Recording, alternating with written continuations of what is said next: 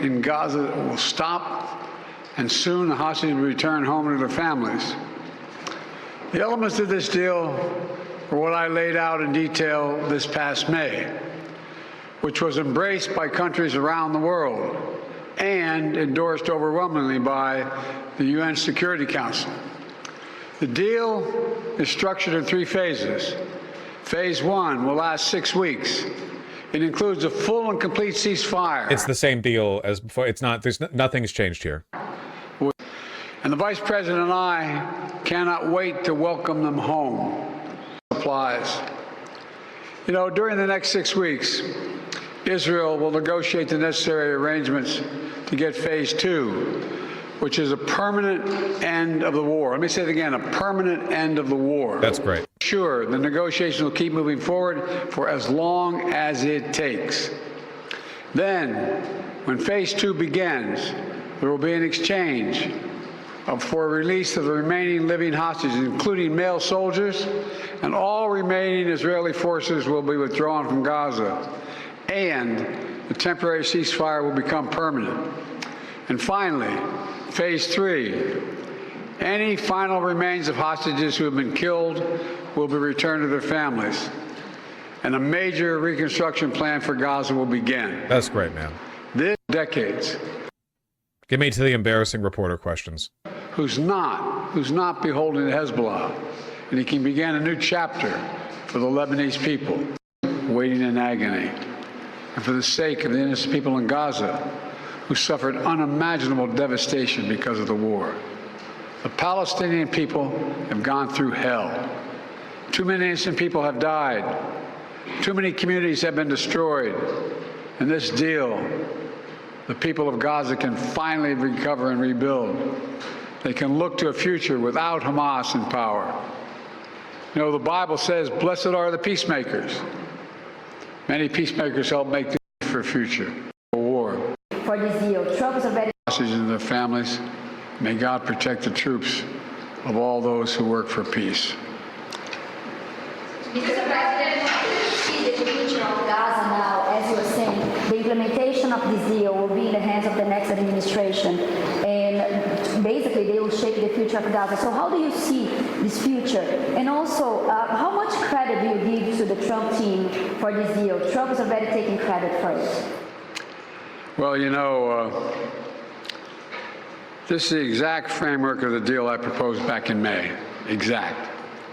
And we got the... Which Israel rejected, and you pretended that it wasn't Israel that rejected it, and now they're accepting it right after a Trump envoy. So...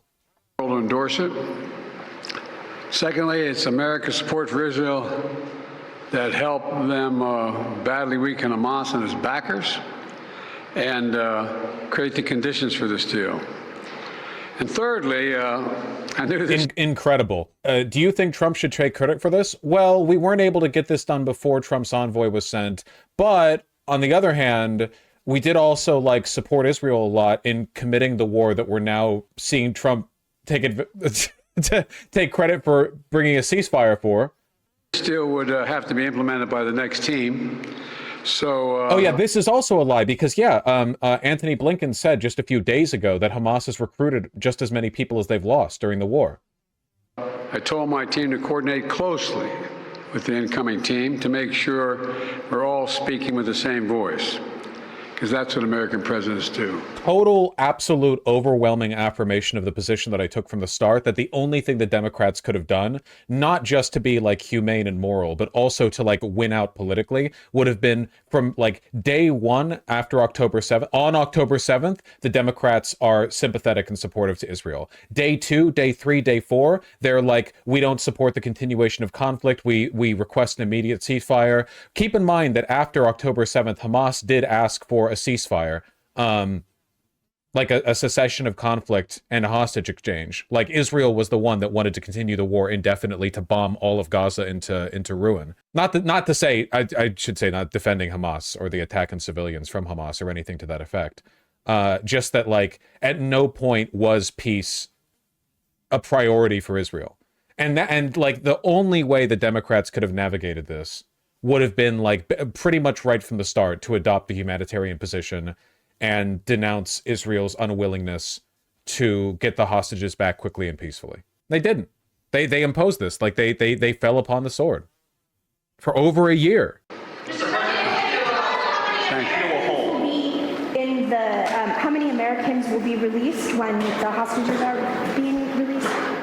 All the exact detail of how many people are being held, how many bodies will be returned and less, will all be forthcoming. All of it, all of it. Thank That's you. great. That this deal will hold. I'm confident. Thank you. Folks, credit for this, Mr. President, you or Trump? Is that a joke? Oh, thank you. Very charming. We love our non-answers. Right groups are happy with this. By the way, I should note, it is entirely possible that this just all falls through again.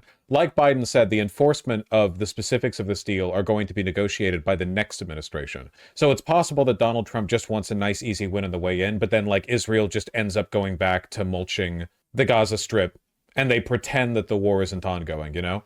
It wouldn't be the first time they ignored Israel violating a ceasefire. Who is Steve Witkoff, the Trump envoy who played a role in ceasefire talks? Doesn't seem like a crazy MAGA appointment. 5 days till the inauguration, man. Jesus Christ. Israel's yet to acknowledge the ceasefire. No, they've acknowledged it. They just haven't formally ratified it, that it has to go through their legislature. But it seems likely that it will. I mean, if it doesn't, then it doesn't, you know?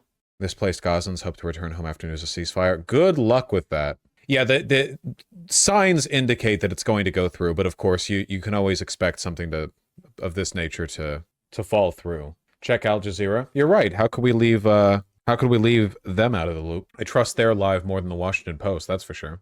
How many hostages are we expecting returned? One guy. Netanyahu thanks Trump for securing deal on captives. Netanyahu has thanked in a phone call U.S. President-elect Donald Trump for securing a deal for the release of captives held in Gaza and putting an, quote, end to the suffering of dozens of hostages and their families. That's great. A statement by his office has said. The Israeli Prime Minister also thanked U.S. President Joe Biden for his help in securing the deal. A statement added Netanyahu has agreed to meet Trump soon in Washington. That's great, man. That's great. Nope. Ben Gvir, man. Yeah. There are like the ultra right wing within the Knesset and Netanyahu's cabinet are pushing back against this. For sure. And on the way out, they are escalating attacks against civilians. I saw a few posts on this, like that Israel loves doing this shit. Russia does it as well. If they feel they're going to have to retreat from an area, they just like sprinkle the civilian population with bombs on the way out because they like killing. Is this like the Carter-Reagan hostage crisis all over again? In the sense that Reagan also illegally colluded and committed treason by pushing back the release of the hostages from Iran until after Reagan took the presidency, thereby like securing his loss? Yes, it is like that. Ball will be in Netanyahu's court after phase 1 of ceasefire deal. Oh, I bet he'll act in good faith. Hamas thanks support fronts, Palestinian rights supporters. That's you guys. Radlibs are going to be like, but it happened under Biden. Yeah, to be clear here, again, I am not crediting Trump for being more humanitarian or anything like that. It's just a flex of quite possibly just a flex of power and leverage he had to get a political like one-up on Biden. Though the fact remains that Biden like allowed this to happen, you know? You can say that Trump is acting callously and cynically, but that doesn't really change the fact that Biden allowed things to arrive at this point. You know, Biden, Blinken, all of them. Eggs, though. Super embarrassing. So many people are saying they'll never vote for a Democrat again. Did you guys see that? I think it was a YouGov poll. I don't know how reliable that is. You can say plus or minus 5, 10, whatever on the reliability there, saying 29% of voters nationally who voted for Biden in 2020 but not for Kamala Harris in 2024 said ending Israel's violence in Gaza was the top issue affecting their vote, higher than any other issue. That's crazy, man. Even if those numbers are off by like a decent amount, that's still absolutely crazy. Makes sense though. Told y'all. Yeah, I don't want to put too much stake in a random poll like that, but it's still pretty, you know, I would say potentially telling. And then the economy, then Medicare, Social Security, Immigration, Border Security, Healthcare, abortion policy, don't know. Crazy how low abortion policy is. Abortion policy, even like even if you're directly affected by it, if you've got a womb, it's really one of those fair weather issues, you know? Never fixing the hole in the roof because when it rains, it's too wet to do the work. And when it's sunny, it doesn't matter that there's a hole in the roof. I do think I'm done voting for liberals. Well, hey, I've got good news for you. There's a decent possibility that you won't get the chance to ever again. Yippee!